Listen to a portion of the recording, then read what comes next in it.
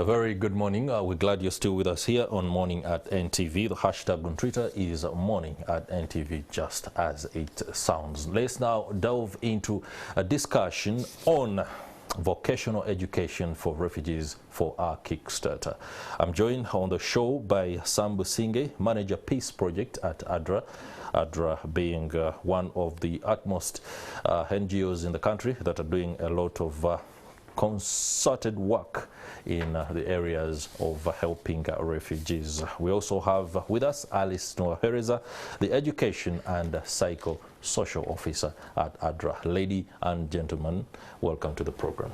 Thank you. Take us through what works you're doing as we get into this discussion with regard to entrenching vocational education for refugees. I'll begin with you, Mr. Businge. Okay. When war broke out in South Sudan, a lot of refugees were displaced into Uganda. That's right. Out of the current status, over 1.4 million people, out of 1.4 million people are currently settling in Uganda. Those are South Sudanese refugees. And of course, in Bidibidi refugee settlement, 240,000 refugees are currently settling there. Of course, you know, with war, most of the school-going children and youth were affected by the war, which disrupted their education. And of course, 50% of them were youth. And when they came to Uganda, when they did come to Uganda, they were settled by the Office of the Prime Minister, and the first phase was normally emergency, where we were focusing normally on life saving, and currently the intervention is moving towards development, ensuring that these refugees are self-reliant and they can now stand on their own. Of course, ADRA in the Bidibidi refugee settlement is implementing a technical vocational training. This is aimed at ensuring that these youth have employable skills to ensure that they are self-reliant. And of course, one of the models that ADRA has been able to use is we are doing a public-private partnership with Bugema University, which is a government-accredited institution, and they normally offer accredited certificates. Of course, it's not all about the training, but it is ensuring that these learners are self-employed, because you know the jobs are few. And of course, we have so far targeted 478 youth, and currently we are targeting 350 youth. In total, we are going to reach 1,200 youth in vocational training. Of course, most donors are mostly interested in the impact. What is the impact of what we are doing? For the past year, out of the 470 youth that were able to train, 80% have been enrolled into self-employment. Okay. Yes. Let's hear from Madam Alice Noahereza about how the refugees, especially those that are direct beneficiaries of the TVET and other initiatives, how do they cope? How quickly do they come on board when such interventions are brought onto their communities? Because we do agree that the challenges they face are enormous, and many of them could be psychosocial. Since you are dealing with them on a one-on-one basis, how integrated are these initiatives, and how are they welcomed by these refugees? Okay, thank you so much, moderator. True, the people that we are dealing with are being refugees. These are the people that ran away from their original homes. They are being here, it is not normal. They are not finding that the situation is like how it used to be before. Maybe to take you through back, us as ADRA coming up with this intervention of TVET, we need to appreciate that, especially during COVID, we have had a lot of challenges. Girls, teenage pregnancies. That's right. I may tell you that in Bidibidi, we registered over 5,000 girls, teenage pregnancies, who could not find that they can go back and catch up with learning.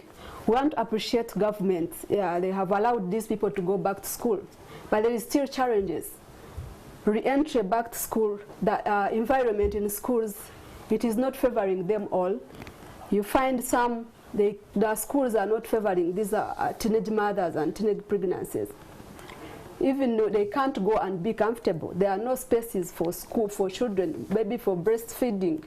There are still a lot of challenges. So as ADRA, we realize that though people are going back to school, not all they are going back to school. That's why we came up with an informal school to see that this TVET, it is killing these youths. And we find them in their communities to allow them have time, these mothers to have their children together, and they see that they can cope up, and tomorrow when they go back, when they're out of Uganda, they can be somewhere. We have already registered successes. People have already started businesses. We have already seen these youths are now coming out and starting up business and supporting their families.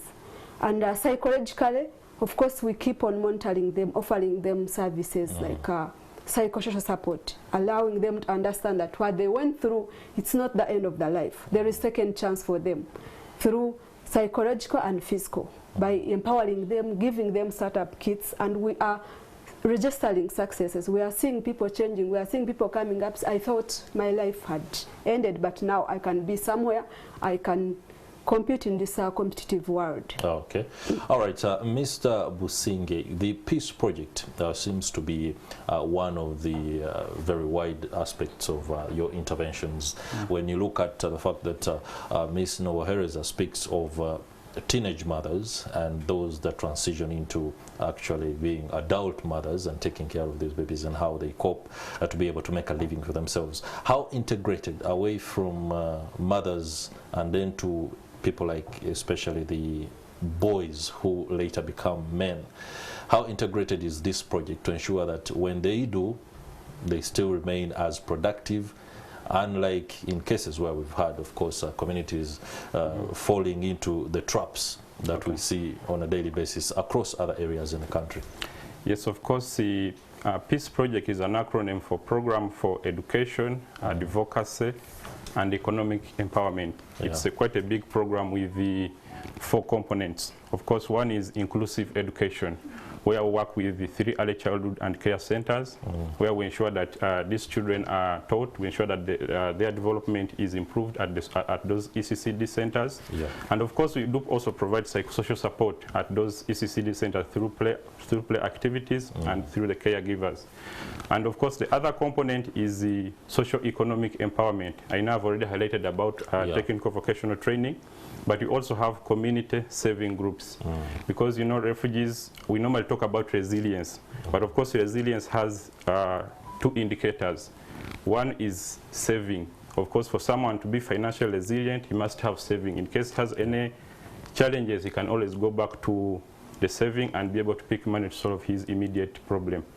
And of course, the other indicator for financial resilience is the accumulation of assets.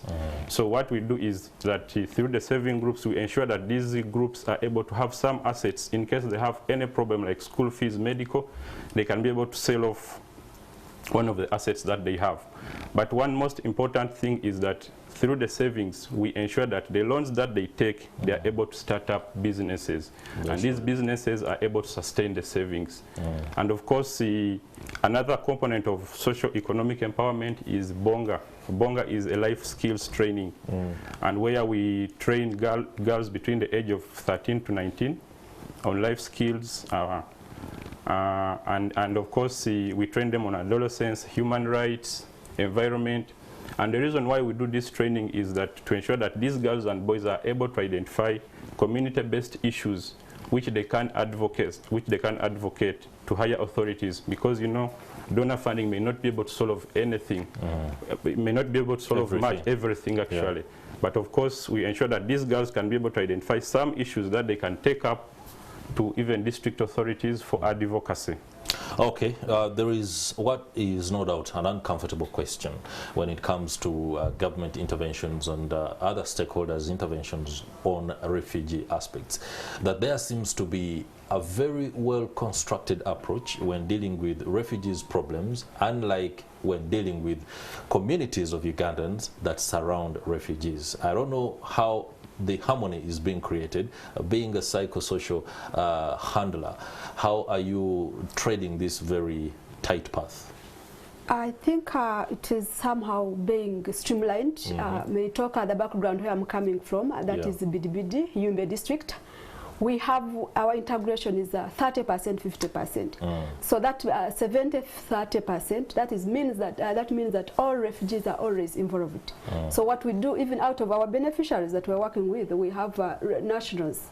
These are people from the host community that we stay around it. Yeah. We realize that moving without these people will cause more harm than good, because these are the people who will be against the success. That's right. So what we are doing now in each and every activity, let it be livelihood, let it be skilling, we ensure that we have host community members, so that we move on the same percentage. Okay, any other challenges that you can identify, perhaps that you are grappling with as people who intervene on this particular front?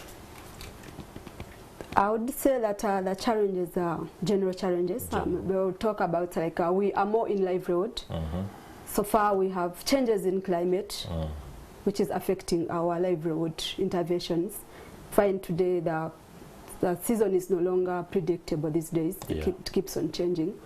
We also have different culture norms, negative culture norms. You realize that maybe like us refugee, we have 20 tribes. These people have different within a camp. These people have different culture norms and practices. So it is not easy that it's one day that you can run on the same page. You find that you've reached where you see to be. Though a lot is happening, partners are doing a lot to change on cultural change and behaviors. But you know, this is a gradual process. It can't be one day. All right, Mr. Sambusinge, your final remarks on this. Wrap it up for us.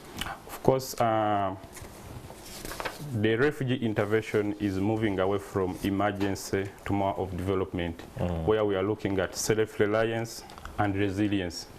Of course, the host communities have been generous to provide land, especially for settlement. And of course, as humanitarian partners, we are advocating for the landlords to provide more land for commercial agriculture and mechanized agriculture, because that is enshrined in the comprehensive refugee framework, which emphasizes that, of course, there has to be public-private partnership, there has to be mechanization of agriculture, because the donor support is reducing, and we have to look at how best can we support these refugees with the reducing donor support. So we are, of course, when I was interacting with one of the landlords, between 1984 to 1986, there was war in northern Uganda. The Ugandans moved to South Sudan. The South Sudanese shown generosity to the Ugandans. And of course, when war happened in South Sudan, the South Sudanese had to come for refugee in Uganda. And of course, the host communities are positive to providing land. But of course, we want them to ensure that more refugees can access land, to ensure that large production is done, and people can be able to produce for what to eat and what to sell. And this is in line, of course, with the government approach to ensure that agriculture is mechanized. All right. In 1 minute or two, I would like just to ensure this is also perhaps receives the attention that it does. There are people who are concerned, or rather think, that it's lucrative to be a refugee in Uganda, and that most of these communities, especially on the border between DR Congo and Uganda, Sudan and Uganda, a bit of Kenya, the Pokots and the Turkana or Karamoja region, there is a way, because of Uganda's comprehensive policy on tackling the refugee crisis in the region, people think it's very lucrative to be a refugee in Uganda than any other country. Have you encountered those kind of sentiments? Or it's very far-fetched? I think it's there. We need to appreciate that the government of Uganda is very hospitable, and we have well-stipulated guidelines when it comes to refugees. They find to be very comfortable when they are in Uganda, treated well, unlike other places. I've never been a refugee, but I think they really appreciate that the government of Uganda and the partners that, of course, we are guided by the government of Uganda. We are unique from other countries, I may say. All right. Thank you very much. Alice Nwahereza, Education and Psychosocial Officer at the Adventist Development Relief Agency. Have I gotten that right? ADRA? Yes, you did. All right. And of course, Mr. Sambusinge, Manager for Peace Project at ADRA. That will do it for this Kickstarter discussion on vocational education for refugees. Do stay with us. We'll be right back with a lot more.